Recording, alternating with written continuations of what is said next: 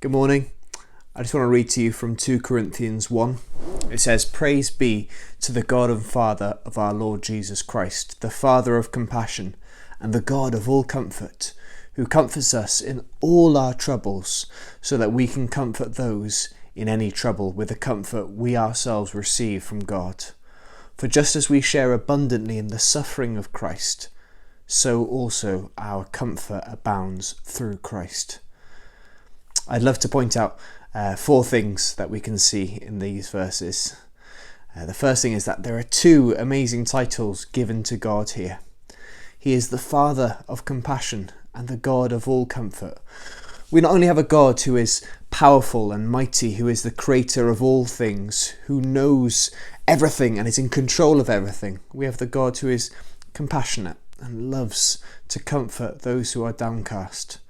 We see that in the life of Jesus, who is God in flesh. There are many occasions in the Gospels where he looks on the people with compassion.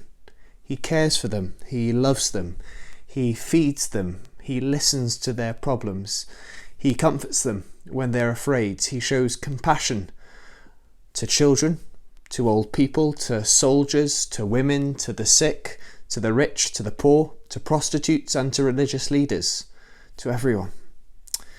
Secondly, it is all of our troubles that are taken care of. Imagine if it just said some, or most, or the most serious troubles.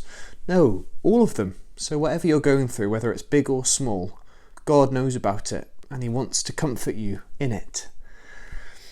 Thirdly, are we being comforted for the sake of being comforted?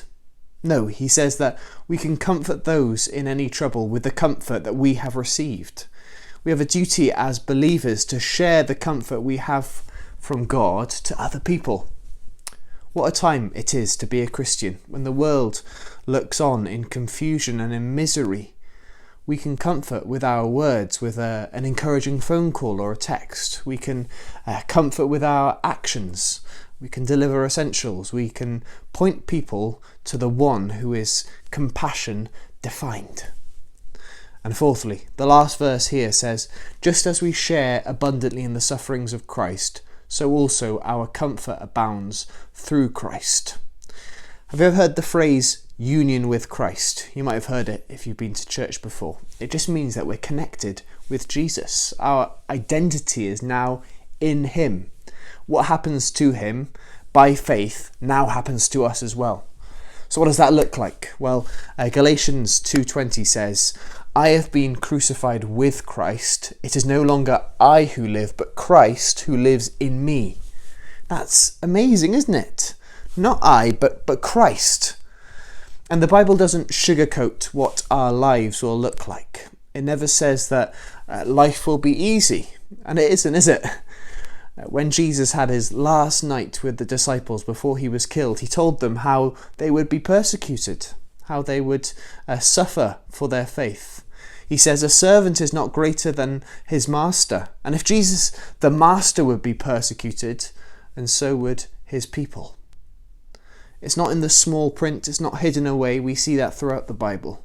But here comes the encouragement for you. As we also die and suffer as Christ did, we will also live as well.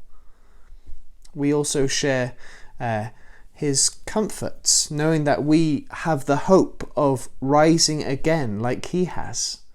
We also have the hope that one day we will be comforted with a big fat full stop, because one day we'll be comforted for the last time.